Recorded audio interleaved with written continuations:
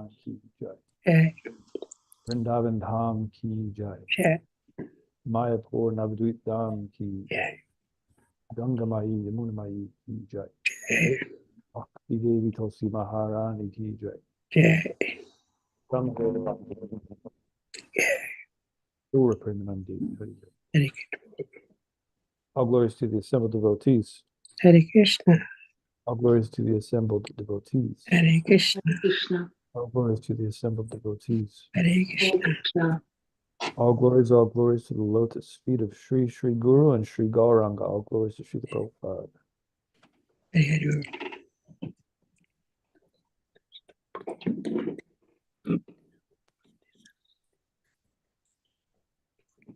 Hare Krishna. Good morning, everyone. Thank you for joining. Today we continue our study of Srimad Bhagavatam. We are in the second canto, 8th chapter. Today's verse is number 22.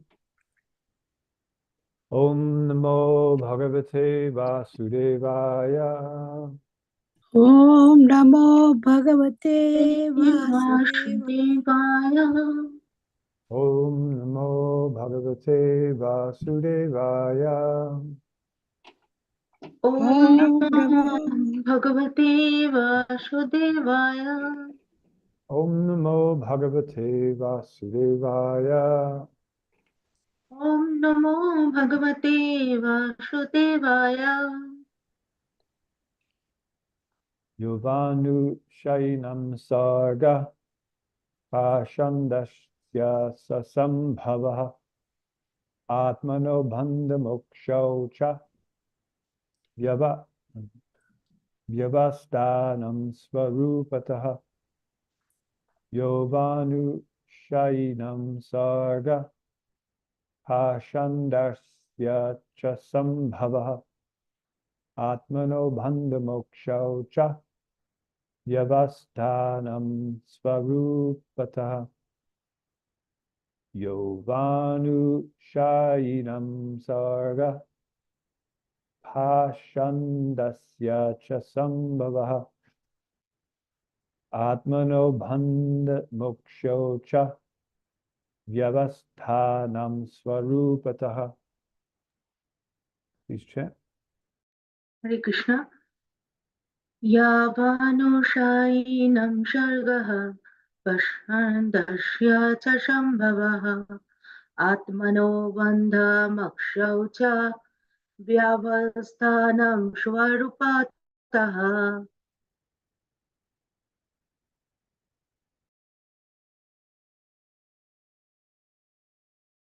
Mother Shobharade, you're on mute.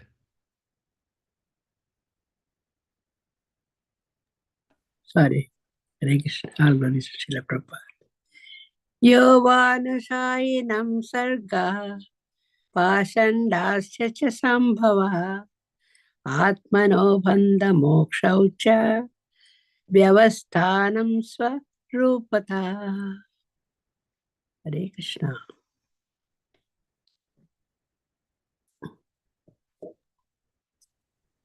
Yovanushayinam sarga pashandasya cha sambhava atmano bandha mokshau cha vyavasthanam swarupata.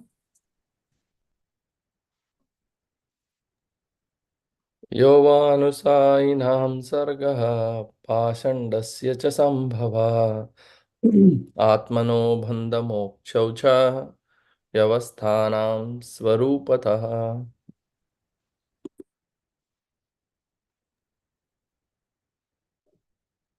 Anyone else?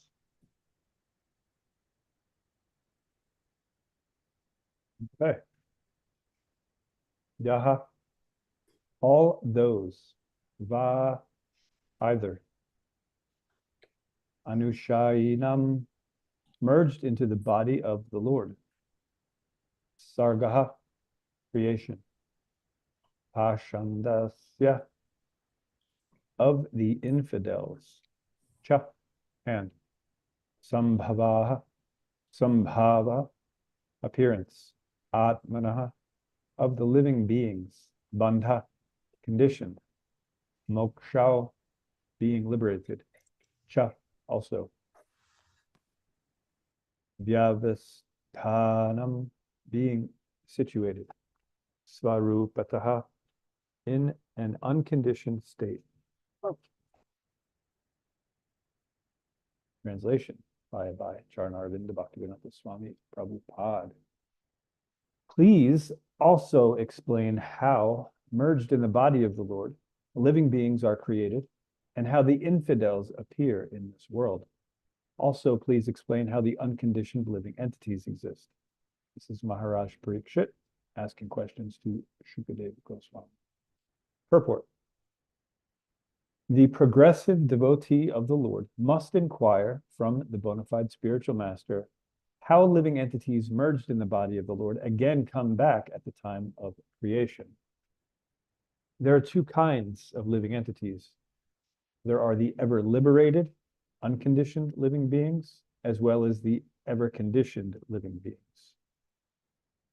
Of the ever conditioned living beings, there are two divisions.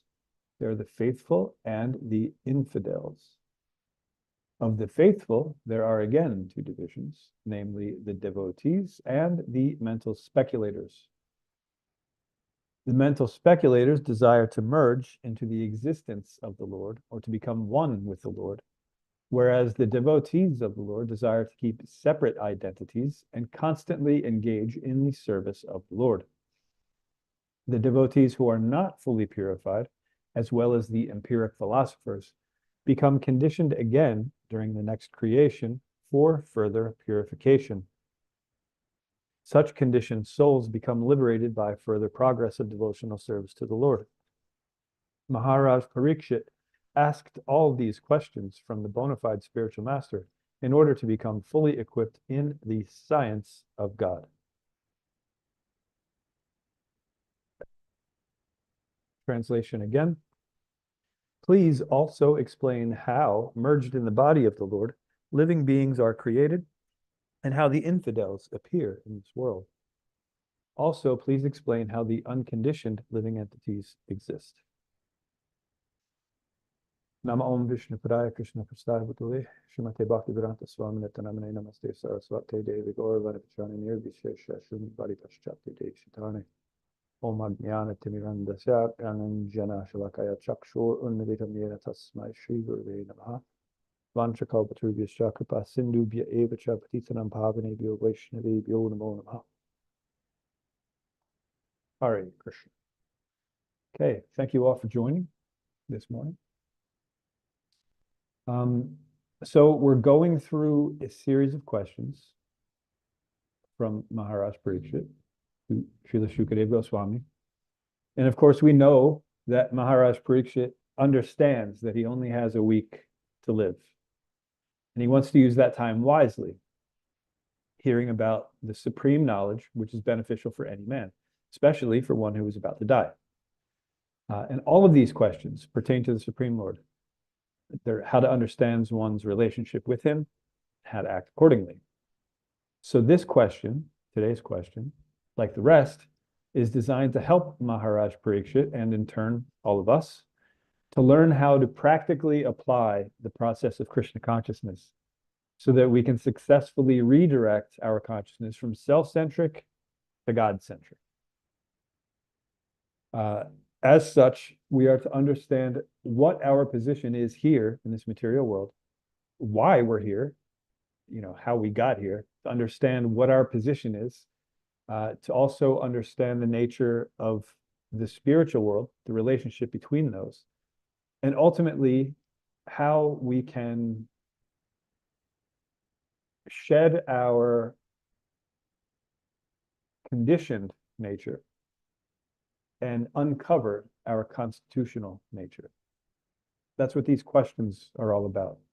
And that's what all of these conversations and pastimes are to instruct us how to do this very thing, to redirect our consciousness from self-centric to God-centric. So from our conditioned nature to our constitutional nature. And so today we are presented with what may seem to be contradicting terms and information. So generally, when we hear terms like, eternally liberated and eternally conditioned, it sounds like there's absolutely nothing that we can do about our situation. If we're eternally conditioned, we've always been conditioned and we always will be conditioned. And if we're eternally liberated, which none of us are here in this material world, then there is no question of ever being conditioned or ever being conditioned anytime in the future. Eternal. It's just how it goes. So these terms can be confusing. And there's a lot of talk and debate and confusion about this subject matter. So for today, we're just going to look at what Srila Prabhupada has to say about it in various parts of the Bhagavatam and in various lectures. And the reason it's important to understand this is that it helps us to actually understand our position, our relationship with the Supreme Lord, and it encourages us to act according to that relationship instead of acting according to our whimsical desires, which are based on ourselves thinking that we're independent controllers and enjoyers. So, that being said, here are a few quotes from Srila Prabhupada that talk about this subject in great length. So the first one I will read is from Krishna Book, chapter 87. And Srila Prabhupada writes, "The living entities are of two kinds. One class is called Nitya Mukta, ever liberated, and the other is called Nitya Bhada, ever conditioned. The Nitya Mukta living entities are in the spiritual kingdom, and the Nitya Baddhas are in the material world. In the spiritual world, both the living entities and the Lord are manifest in their original status, like live sparks in a blazing fire. But in the material world, although the Lord is all-pervasive in his impersonal feature, the living entities have forgotten their Krishna consciousness to a greater or lesser degree." Now, keyword there, forgotten, which means that at some point it was known. Continuing on, thus, some living entities are without Krishna consciousness, some are between having and not having Krishna consciousness, and some are actually situated in Krishna consciousness. Srila Prabhupada continues, "The question may be raised as to why the living entities have fallen by chance into different conditions of life." So again, there's another word, fallen, forgotten, now fallen. To answer this question, we first have to understand that there cannot be any influence of chance for the living entities. Chance is for non-living entities. According to the Vedic literature, living entities have knowledge, right? That's Satchidananda. It's the characteristic of the soul, eternity, bliss, and knowledge. And thus they are called Chaitana, which means in knowledge. Their situation in different conditions of life, therefore, is not accidental. It is by their choice. So Srila Prabhupada is saying that this concept of falling, it's not by chance, it's not accidental, it is by choice. He continues, "It is by their choice because they have knowledge. In the Bhagavad Gita, the Lord says, 'Give up everything and just surrender unto me.' This process of realizing the Supreme Personality of Godhead is open for everyone, but still it is the choice of the particular living entity whether to accept or reject this proposal. In the last portion of Bhagavad Gita, Lord Krishna very plainly says to Arjuna, 'My dear Arjuna, now I have spoken everything to you. Now you may choose to accept it or not.' Similarly, the living entities who have come down to this material world have made it their own choice to enjoy this material world. It is not that Krishna sent them into this world. The material world was created for the enjoyment of the living entities who wanted to give up the eternal service of the Lord to become the supreme enjoyer themselves." That's all very important. Srila Prabhupada continues, "According to Vaishnava philosophy, when a living entity desires to gratify his senses and, again, forgets the service of the Lord, he is given a place in the material world to act freely according to his desire. and therefore he creates a condition of life in which he either enjoys or suffers. We should definitely know that both the Lord and the living entities are eternally cognizant, means we have knowledge. There is no birth and death for either the Lord or the living entities. When creation takes place, this does not mean that the living entities are created. The Lord creates the material world to give the conditioned souls a chance to elevate themselves to the higher platform of Krishna consciousness. If a conditioned soul does not take advantage of this opportunity, after the dissolution of this material world, he enters into the body of Narayan and remains there in deep sleep until the time of another creation. Again, this was from Krishna book, chapter 87. So we see that the same concept is going on. Maharaj Parikshit is asking Shukadev Goswami how it is that these living entities are created from Mahavishnu during the process of creation. And how there are these two types of beings. And in Srila Prabhupada's purport, he mentions that even among these two, the Nitya Bada and the Nitya Mukta, the Nitya Badas are of two types. There are the Pashandis, as the verse and the purport say, infidels, also known as offenders sometimes. There's another verse that has Pashanda. It means offender. But either way, both same. So, and then so there are various types of conditioned souls, right?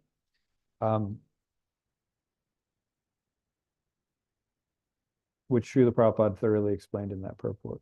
Okay, so here we have another quote from Srila Prabhupada. This one is from a lecture from Srimad Bhagavatam, 1st Canto, 10th chapter, text 5. The lecture was given in Mayapur on June 20th, 1973. Srila Prabhupada says, Nitya Mukta, ever liberated, they live in the spiritual world, Vaikuntha planets, Nitya Mukta. Nitya Mukta means eternally liberated. They never come down into this material world. And we are Nitya Bada, ever conditioned, eternally conditioned. Eternally conditioned means we cannot be eternally conditioned because we are part and parcel of Krishna. Our natural position is ever liberated, eternally liberated. But because we wanted to imitate Krishna, we wanted to become Krishna. When we live under the full protection of the Supreme Lord, that is our healthy condition. That is our real life. And as soon as we give up this position to be subordinate, to be predominated by the Supreme Lord, then we are bewildered. We are thrown into this, under the control of this material nature, and according to our work, we get different bodies. So Srila Prabhupada is making it very clear that our natural condition is Krishna consciousness. That is our real life, but how did he word it here? Because we wanted to imitate Krishna, we wanted to become Krishna, we wanted to become the controller and enjoyer, then we are put into this material nature, right? So that's clear. Then another lecture from also 1st Canto, this one's 3rd chapter, text 1 through 3.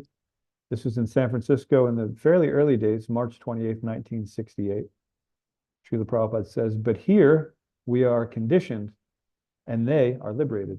Those who are conditioned, they are called Nityabada, ever conditioned.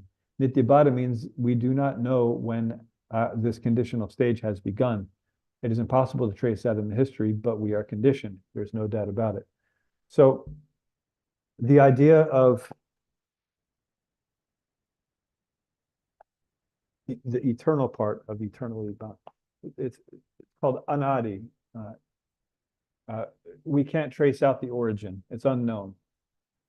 And this is what Srila Prabhupada is saying in this quote. He's saying it's impossible to trace out the history.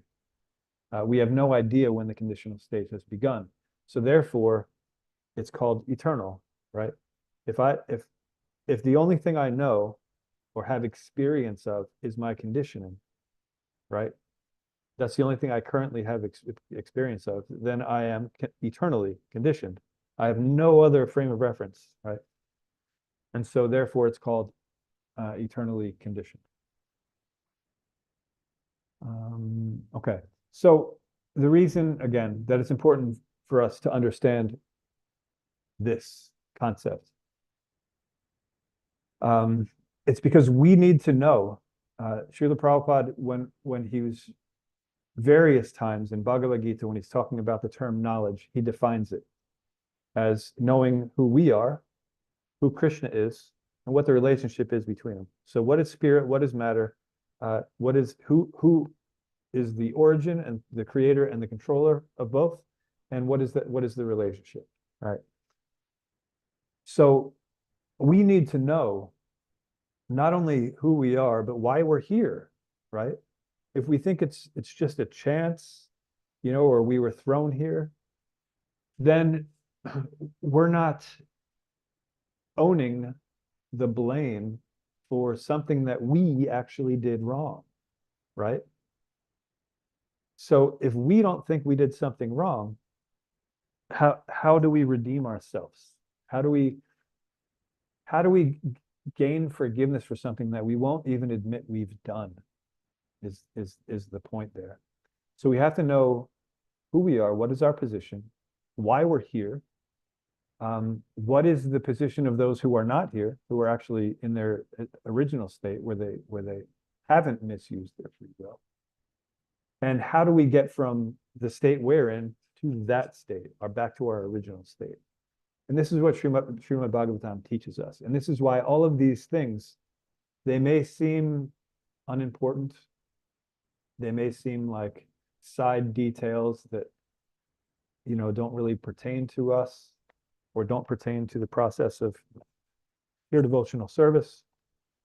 Maybe it's something else, no, everything that's in Srimad Bhagavatam is very important, and everything in Srimad Bhagavatam is geared toward bringing us from being self-centric to being God-centric. So this idea, anyway, I won't get into that. Anyway, so this is why this is important. We have to understand this. So, and the only way that we can actually understand this, as today's verse is pointing out, is by hearing from a bona fide authority, right? That's the only way we'll even get a chance of understanding, right? We have to approach a bona fide authority. Who knows how to properly approach a bona fide authority? Who wants to chime in on that? There's a specific way. Krishna says in Bhagavad Gita how we are to approach such a bona fide authority. Tadvidhi pranipatena, with humility, with a desire to learn. Right. Good. Hariprasnena Sevaya. Good. Thank you.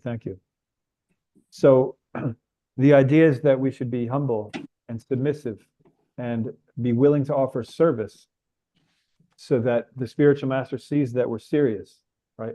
It's not that we just walk in and say, all right, tell me everything about this. I demand to know now, right?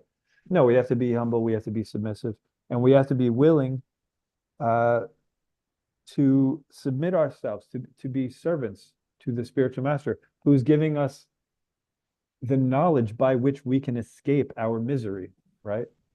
So for that, it is in our best interest to do whatever is in our power to get that knowledge, right?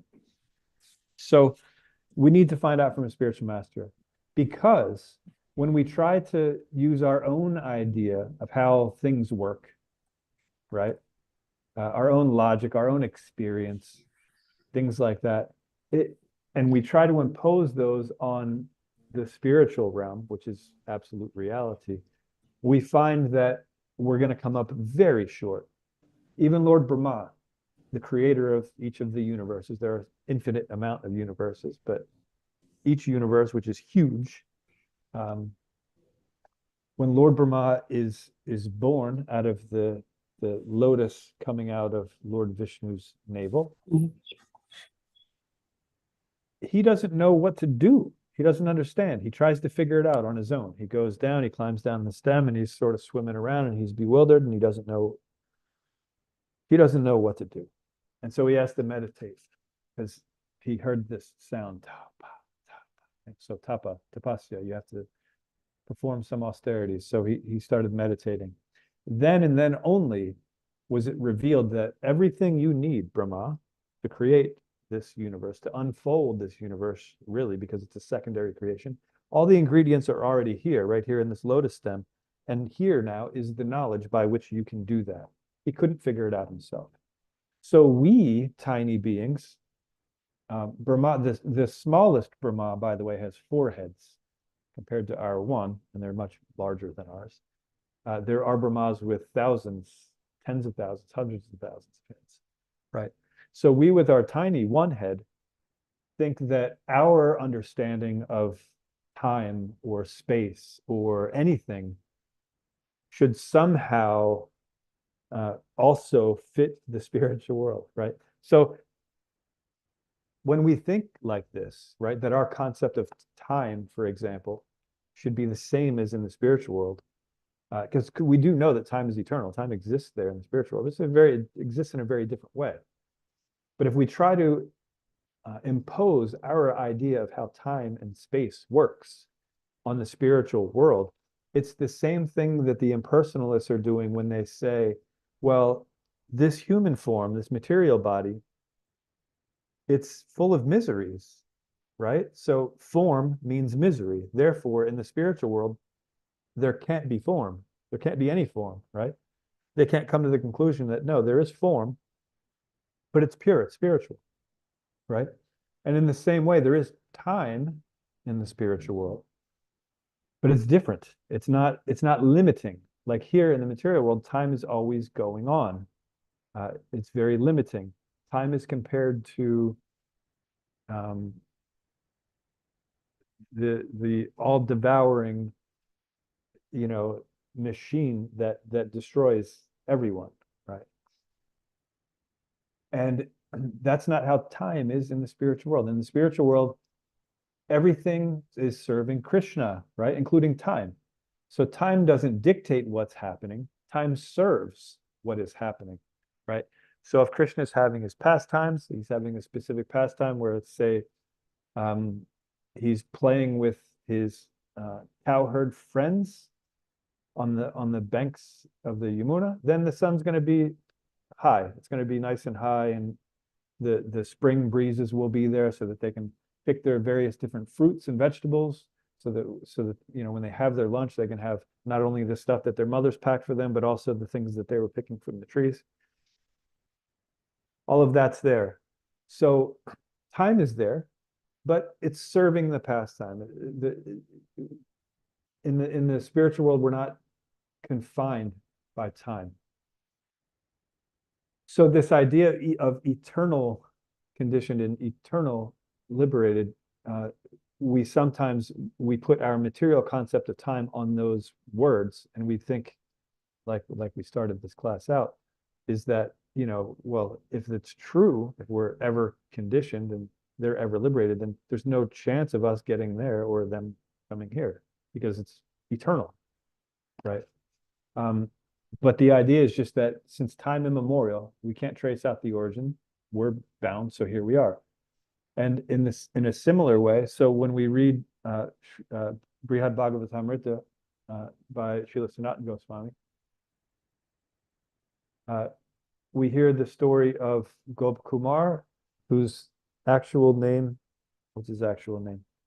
Hold on, I'm gonna have to look it up now. I just had it. It is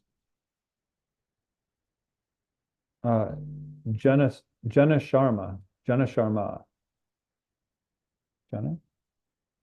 Yeah, Jana Sharma. So when Gopakumar goes back to the spiritual world and becomes Jana Sharma, he becomes recognized as Jana Sharma. It's not as if he's missed anything, right? He's immediately part of the scene. It's actually similar to what I was talking about, where the cowherd boys are all there, and they're about to have lunch, and they have their stuff that they've packed, and Krishna sits down, and Krishna's actually eating with every single one of them, even though there are so many cowherd boys.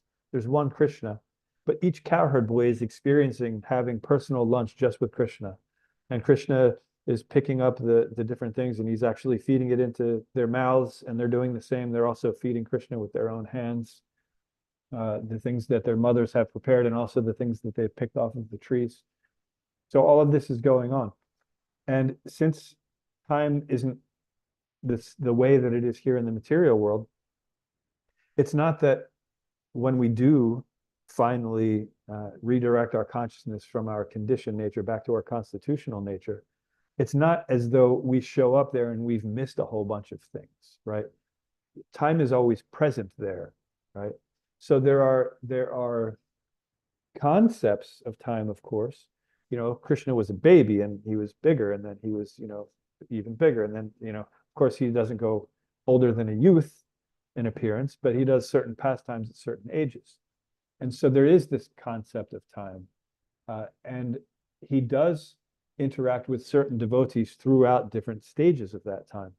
But that time, as I mentioned, isn't linear, right? It's holistic. So if, for example, you're, one of Krishna's cowherd friends, and you're reminiscing about something that happened in the past where you were also there, now you're living in that time. So you haven't missed it, right? And it's always getting better. It's ever increasing. So this idea of trying to understand something that's going on in the spiritual world with our material limitations, it doesn't work, no matter what, no matter how we're trying to do it. So as I mentioned, in the same way the impersonalists try to say that there can't be form in the spiritual world, when we have this idea that we're trying to impose our idea of time onto the spiritual concept of time, we're making a very similar folly. So instead of trying, as I mentioned, trying to use our own ideas of how things work, we have to approach a bona fide spiritual master, right? And the reason that the self-realized souls can impart knowledge unto us is because they have seen the truth. Yaninas tattva darshana. They've actually seen the truth. It's not that they've heard about it or they've, pondered it, or even that they've read about it. They've actually seen it. They have direct experience of it. And so they are able to then bring us to that point if we approach them in the right mood, in the humble, submissive mood, and rendering service. This is how Krishna transmits knowledge. It's not that, so in the material world, the way we acquire something is that we have to work for it. And if we can't do a specific kind of work, then we can't get that very specific result, right? So if I'm training to become a doctor, but I can't actually do the physical tasks, they're not going to allow me to do a heart transplant, right? If I can't do the steps to prove that I can actually, do it on a model, they're not going to say, okay, here's a human, good luck, right? It just doesn't happen. So in the material world, that's how, that's how we roll. But divine knowledge, it's not that you yourself have to develop a skill or a potency or an understanding. It's that you have to become a recipient. You have to become a receiver of the divine instruction. You just have to accept it with sincerity, humility, and a service attitude. And then that can be revealed to you. Because if we're trying to do it on our own merits, on our own strength, on our own intelligence, on our own cleverness, if we see ourselves as the doer, the thinker, the analyzer, the achiever, then we are seeing ourselves according to our conditioned nature, not our constitutional nature, right? So in order to give this up, we have to start understanding, no, Krishna is the center. I am just one of many servants that are revolving around. I'm infinitesimally small. He is infinitely big. And so therefore, I just have to submit to him and understand, what the real truth is, what actual reality is, right? Srimad Bhagavatam from the very beginning says that the highest truth is reality distinguished from illusion for the welfare of all. So we have to understand this. And this doesn't happen by trying to impose our own sense of knowledge and understanding onto the philosophy. It comes by humbly submitting to a bona fide authority, as today's verse is saying, and receiving that knowledge, right? And we receive it, the bona fide authority will always quote Shastra. They'll also refer to the previous acharyas, and they will never say anything that contradicts Shastra, right? If there is something that seems to contradict Shastra, which it comes up from time to time, it just means that we don't see how the two things can simultaneously coexist, right?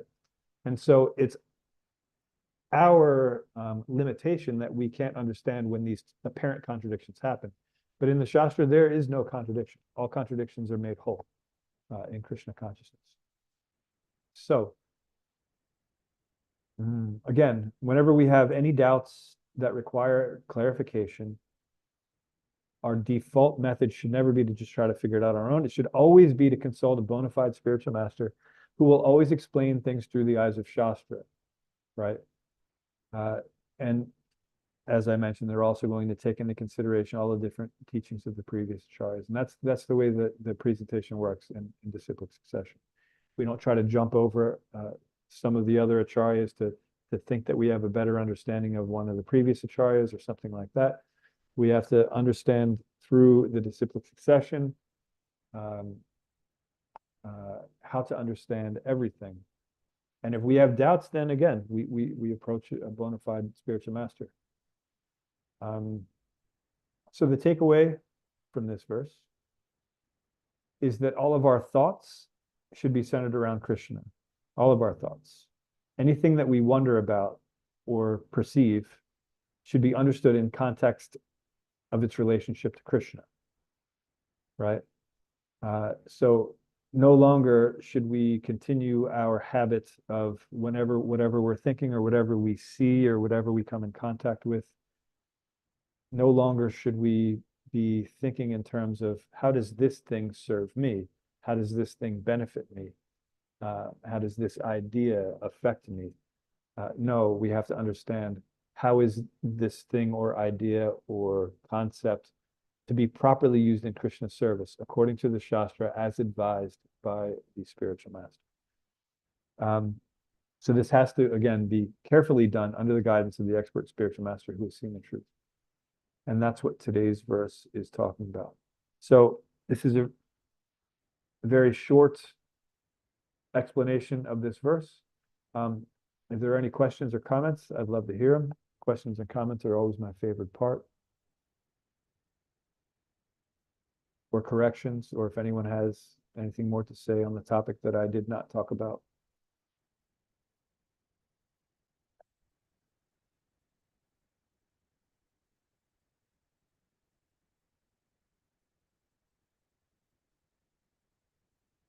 Hare Krishna Prabhu, Pranam. Hare Krishna. I did not understand how is the time goes in spiritual world. You explained, but I did not understand properly.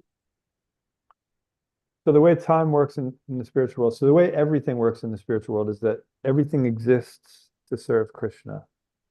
So the trees, for example, even though it's not the proper season, it is the right season to give these certain flowers and fruits because that serves Krishna, right?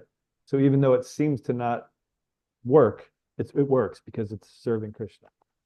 So time is very similar. So there are, it's not that time doesn't exist because, you know, Krishna's sometimes a baby, he's sometimes a, you know, small child, he's sometimes a youth, he's sometimes, you know, a young adult. And so obviously there is an idea of time. There is also a full moon, new moon, all these different phases of the moons. There are different months that we read about. There are seasons. All that exists there in the spiritual world. So in a sense, yes, time is there. It's very different. Here, if we miss a summer, we have to wait until the next summer comes around. It's not that, no, I just want it to be summer today. So I'm going to put on my swimsuit and go to the beach. Well, no, it's going to be very cold. It's not going to work out the way you want it to, right? In the spiritual world, if Krishna wants to sport on the banks of the Yamuna and smell certain types of flowers, no matter what season it is, those flowers are going to be there. And if he wants to dance with his girlfriends under the moonlit night, that moon is going to be full, right? So these things that indicate time are there. But Krishna is not controlled by them. The pastimes are not controlled by them. They contribute to the past. They serve the pastime. So whatever the pastime is, all of these different factors serve, right?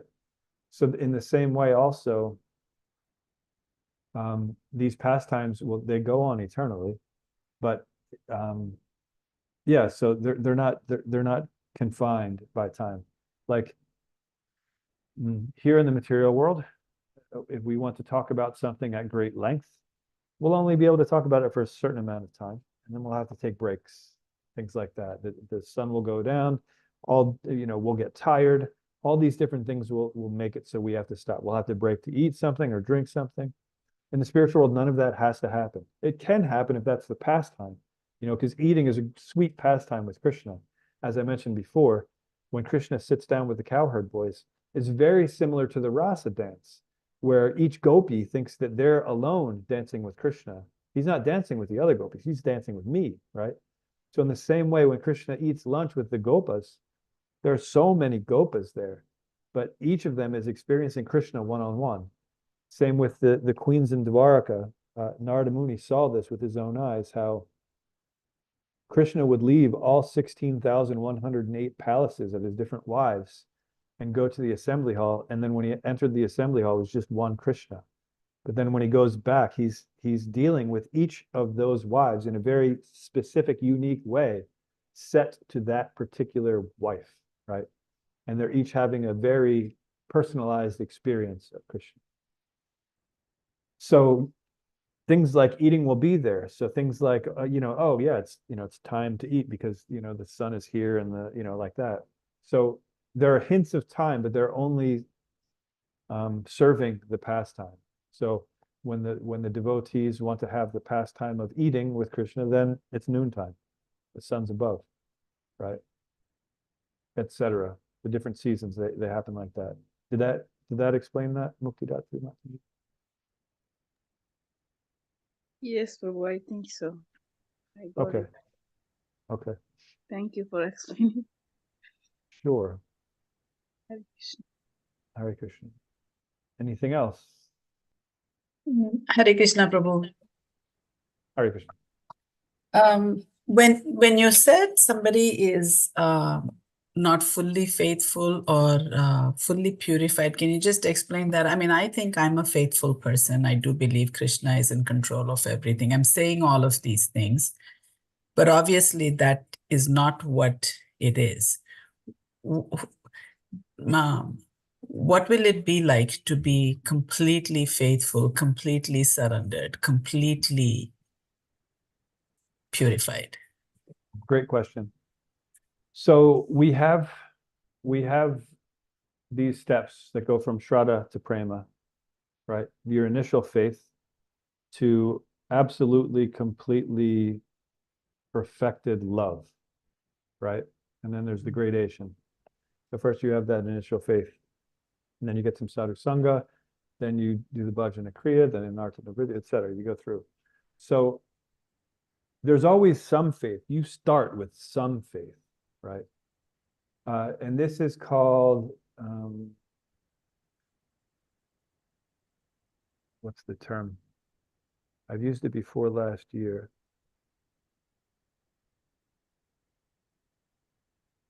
The steady faith is called Shastriya Shraddha, but the other Shraddha is called, I'll have to look it up. I can't think of it off the top of my head. I'm going to try to keep thinking of it while I'm talking, but I think that's going to work. Anyway, so this initial faith, doesn't matter what the term is, it can be strong, but it may not be deep. And what that means is strong means that no one will be able to convince you that you shouldn't be doing, right? So it's strong, right? They'll say, they'll try to argue with you and, but you won't necessarily be able to defend it or explain it. Exactly, to someone else in a way where you're referring to Shastra. So when Srila Prabhupada talks about the different types of devotee, the Kanishta, the Majjhima, the Uttama, so the Kanishta has that small faith where, yeah, they say they understand that Krishna is God, but they can't really convince anybody else. So they've sort of convinced themselves to some extent, pardon me, but they can't convince anyone else. On the level of Madhyama, you can quote Shastra and back it up. And on the level of Uttama, that's just, the faith is so strong and steady. Every single decision you make is based on Shastra. It's not based on anything else. So currently, or I should say historically, generally we all have all these different experiences that are stored within our brain, and they make us act in a certain way in different circumstances, right? We've had different teachers, we've had our parents, we've had mentors, people that we just look up to, idols, different experiences that make us do the things that we do, that not make us, but they influence the way we make our decisions. So in one sense, we sort of hear their voices in our heads, right? Kind of giving us instructions. And so before Krishna consciousness, these voices, again, their parents, maybe siblings, teachers, they may even be bullies. They don't even have to be positive. They could be negative things that are causing us to act in a certain way.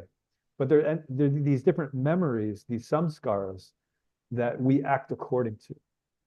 So when we grow our faith, when we actually feed the creeper of devotion, then the older voices that were influencing us in making our decisions, they fade to the background, and Shastra comes to the forefront. So anytime we're confronted with anything, we're reminded of Shastra. And whenever we make the decision, it's based actually on Shastra, not loosely, completely, right? We'll actually start understanding, we'll actually develop personal relationships with the different characters, the different personalities in Srimad Bhagavatam, where they will personally give us instructions. How are we to apply these particular instructions in our life?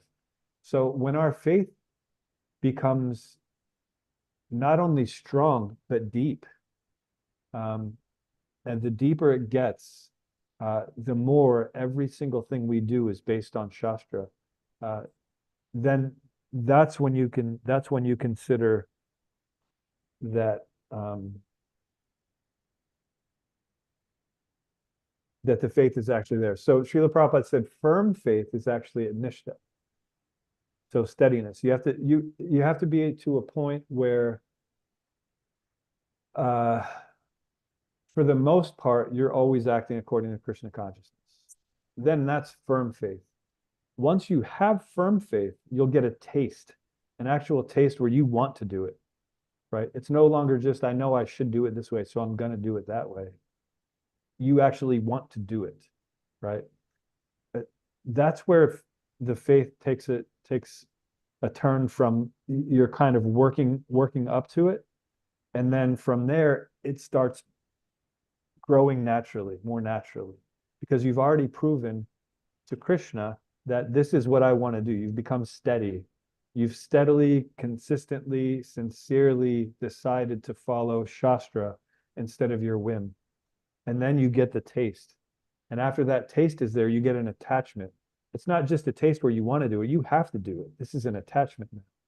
And after attachment is there, then then it keeps growing, then you fall in love with it. And then that love becomes purified when we take instructions from one of Krishna's direct servants.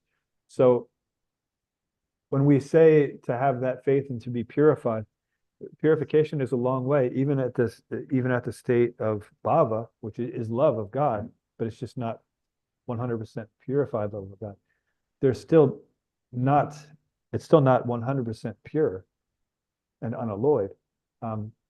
It's pretty near, but that where it goes from kind of feeling like a chore to feeling automatic, that's where you would say that the faith is actually at a mature stage, right? At a steady stage. And from there, it'll still grow as we progress through there. Did that answer what you were saying? Yes, Prabhu, it did. And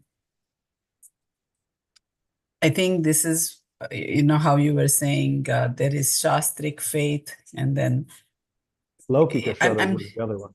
Sorry, go ahead. Laukika Shraddha. Laukika Shraddha.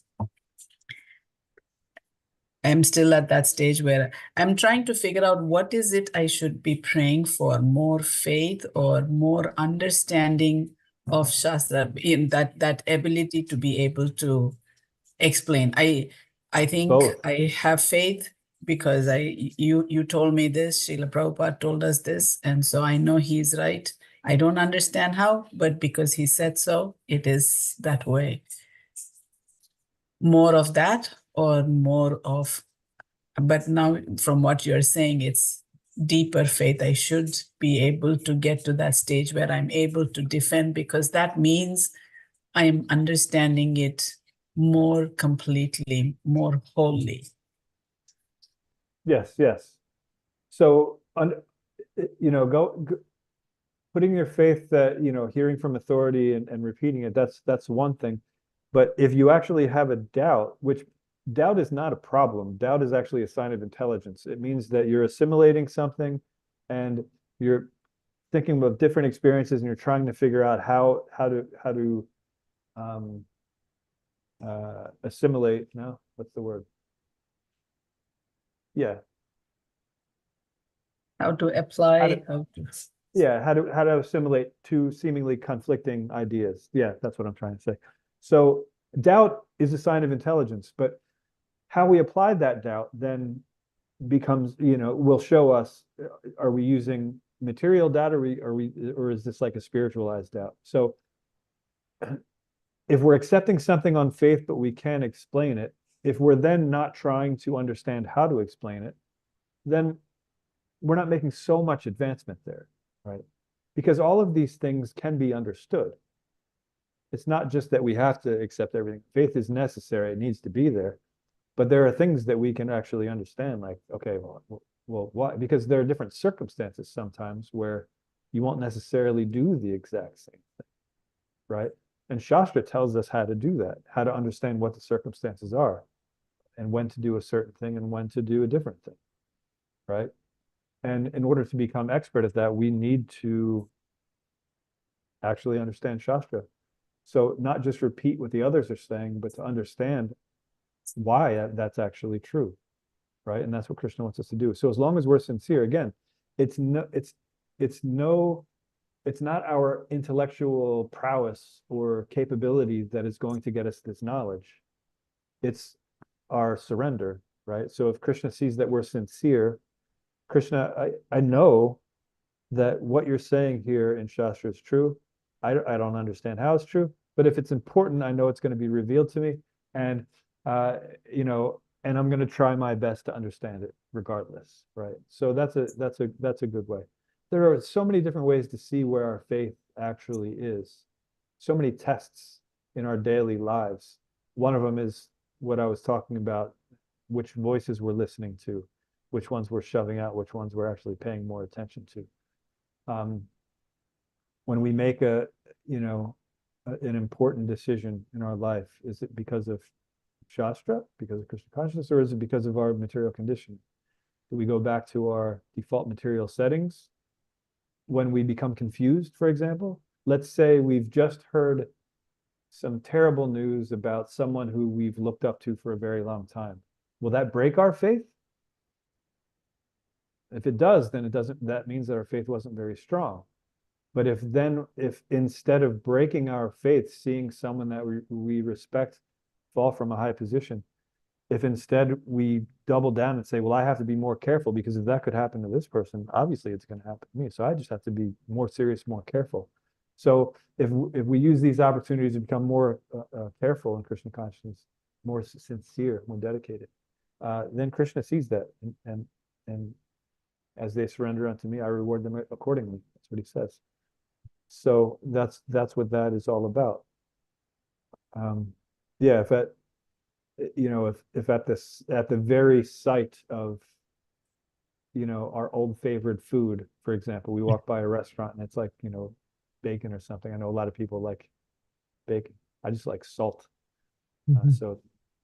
But yeah, if all of a sudden they can't help themselves and they run into the store, that's not very strong faith, right? But when we get all that stuff, and I don't mean when we get that stuff under control again by our own prowess or our own activity, but when through our sincerity, Krishna actually reveals to us the truth, then everything else becomes pale, right? And so that's how the process works. That's how faith is grown. So Thank you very much, Prabhu. Yeah. So, Thank you. so Drona Prabhu had his hand up, and I don't want He to. did. Yes. Okay. Rona Prabhu, what you got? Hare Krishna, Church Prabhu. Thank you for such a nice class. A question on time. When Krishna performed his Leela on earth, roughly 5,000 years ago, one thing that I've always kind of just been puzzled with, so it seems like most of it is linear. But there are some instances like the Rasa dance, where it says it lasted a night of Brahma, which is like 4.3 billion years, I think. Maybe it's more, I don't know. How do we understand things like that? Or like, the cowherd boys were stolen for a year.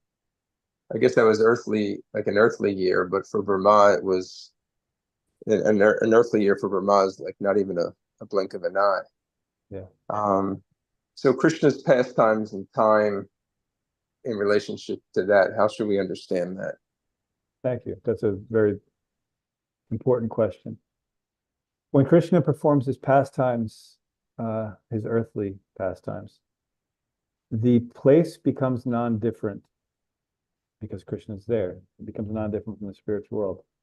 So it's simultaneously the material world and the spiritual world. So those who are spiritual, those who have spiritual consciousness, they actually experience, like the dance, for example, for millennia, according to this time, even though it really just lasted a night, according to the earthly time, right?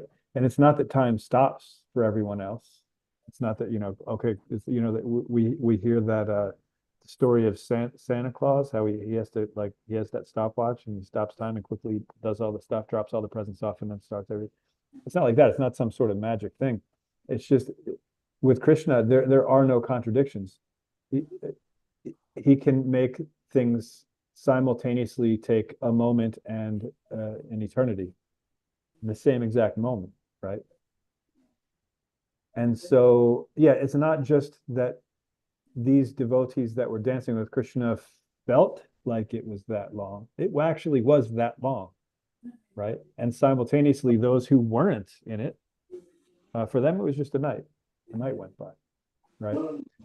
And that's an important thing to understand is with Krishna, there are things that seem like contradictions, but they are absolutely not. So the one famous one that I always tell, maybe everyone's sick of hearing this one, but someone asked Srila Prabhupada one time, okay, is your God so powerful that he can make a mountain so big that he can't even lift it? And Srila Prabhupada said yes, and then he would lift it, right? Because, obviously, if you just would have said yes, he would have said, aha, see, then your God is limited because he can't lift that mountain that he just created. But no, he can, and then he'll lift it.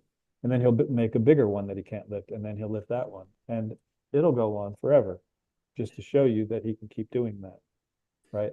There's never any contradiction. That's why also, by the way, if, and I say, I'm gonna have to emphasize that if again. If an acharya seems to make a mistake, because they don't make mistakes. The acharyas, Krishna is working through them. So if an acharya seems to make a mistake, Krishna will absolutely make it so it's not a mistake. It's absolute truth. The example I'll give is this.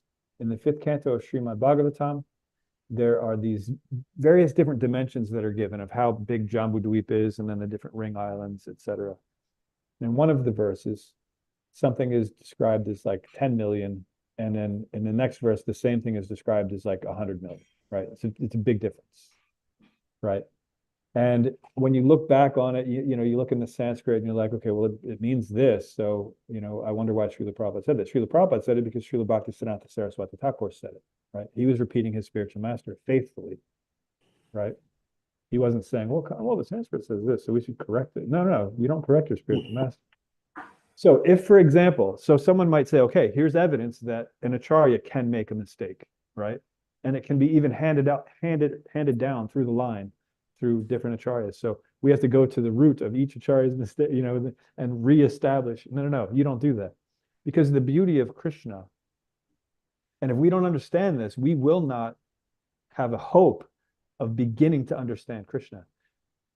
With Krishna, his devotee's word is so important to him. It's more important than his own word, and we know this from various pastimes. So if someone says, okay, here's the evidence of how an acharya can make a mistake. It says here that it's whatever it was, 10,000, and here that it's 100,000, whatever it was, something million, whatever. 2 different numbers for the same thing. So we say, okay, see, here's proof that an acharya can make a mistake and that it's okay to go and, correct them. Now, if someone actually had a measuring device that was big enough to measure between those 2 points, right? Which, it's not, because it's huge. It's a huge thing. You can't measure it. But if someone did, that's how limited we are. We would see that, okay, yeah, so see, it's the first one. The first one was right and the other one's wrong. Okay, but scientifically, we can't just measure it once. We have to measure it again to, and then so when you measure it the second time, it'll be the second value. Wait a second, that's impossible. We just measured it. It can't all of a sudden grow, Measure it again. So they do it, and it would go back and forth, back and forth. That's how it would go. Absolutely, 100%. That's how Krishna resolves things. Krishna is not bound by any material anything. He's not bound by anything. He's bound by love. And that's why if an acharya makes what we think or what seems to be a mistake, it's actually not a mistake. The acharyas are working through Krishna. They repeat what the previous acharyas say, and they present it. And if they seem to make a mistake, Krishna will absolutely make that mistake true, 100%. And if we don't know that about Krishna, that he can't do that, then we're not going to actually understand him. We're not going to understand our relationship with him, because we think he's limited. No, he can't do that. It has to be either right or wrong, right? So yeah, when Krishna comes to this material world, he's not actually in the material world. He doesn't have a material body. The Holy Land comes with him, so Goloka Vrindavan is there. It's not that everyone that's there experiences the Goloka Vrindavan or the way that time works there in the spiritual world. But those who are actually Krishna conscious, that is how they experience the time and the space and all of that. Did that satisfactorily answer your question, Dronacharya Prabhu? Yes, Prabhu, that was great. Thank you so much. Okay, good. Thank you. Okay, is there anything else?